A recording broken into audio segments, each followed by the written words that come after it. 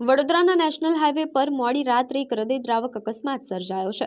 સાવલી તાલુકાના મંજુસર ગામનું દંપતી નાસિર અલી સૈયદ અને તેમના પત્ની દિલશાદ બાનુ સૈયદ ડભોઈ ખાતે એક લગ્ન પ્રસંગમાં ગયા હતા। મોડી રાત્રે જ્યારે તેઓ બાઇક પર પરત ફરી રહ્યા હતા ત્યારે ગોલ્ડન ચોકડી પાસે એક અજાણ્યા ટ્રકે તેમની બાઇકને જોરદાર ટક્કર મારી હતી। અકસ્માત એટલો ભયાનક હતો કે 43 વર્ષીય દિલશાદ બાનુનું પતિની નજર સામે જ કમકમાટી ભર્યું મોત નીપજ્યું હતું।